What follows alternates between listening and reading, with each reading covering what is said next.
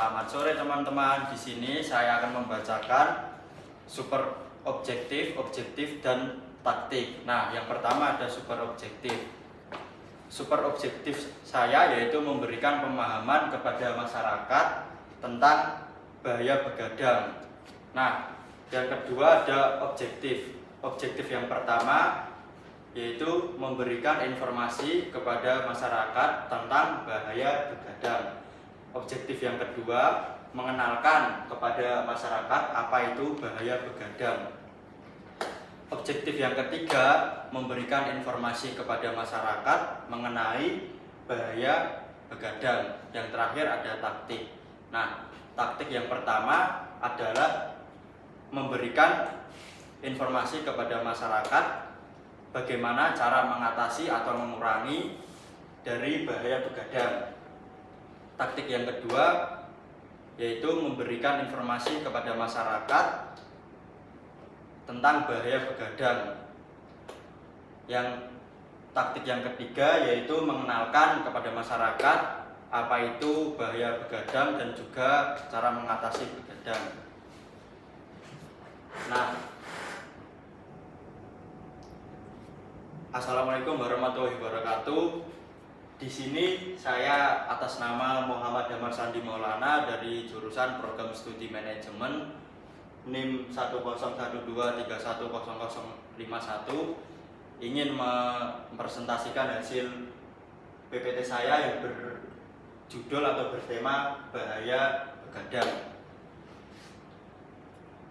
Nah, begadang sendiri merupakan kegiatan yang dilakukan dengan mengurangi waktu tidur pada suatu hari. Nah, jadi seseorang atau satu orang mengurangi jangka waktu tidur mereka yang normalnya orang dewasa itu memerlukan waktu tidur setidaknya 7 sampai 9 jam dalam sehari. Nah, mereka biasanya yang suka begadang itu mengurangi waktu tidurnya. Biasanya waktu tidur itu rentan seperti 4 sampai 5 jam yang orang suka begadang. Nah, namun orang yang begadang biasanya tidak tidur sama sekali. Selanjutnya, beberapa orang merasa lebih kreatif di malam hari atau saat begadang. Hal ini mungkin terjadi karena lingkungan yang tenang dan kurangnya gangguan dari aktivitas sehari-hari. Selain itu, manfaat begadang membuat otak cenderung lebih tenang. Nah, biasanya orang yang menerapkan begadang seperti ini itu merupakan orang yang sudah bekerja, bahkan pelajar-pelajar, mahasiswa yang sering mengebut tugas di malam hari, dia menerapkan prinsip seperti ini. Jadi pada waktu malam hari itu otak cenderung lebih tenang dan juga jauh dari gangguan-gangguan sehari. Nah, kalau orang biasanya bekerja itu kan seperti di pagi sampai siang hari itu kan rame, terus aktivitas juga rame. Nah, mereka memilih untuk menyelesaikan tugas pekerjaannya atau menyelesaikan tanggungan-tanggungannya di malam hari. Nah, biasanya orang tersebut menggunakan waktu begadang di malam hari dengan mengerjakan tugas atau mengerjakan segala tanggungannya.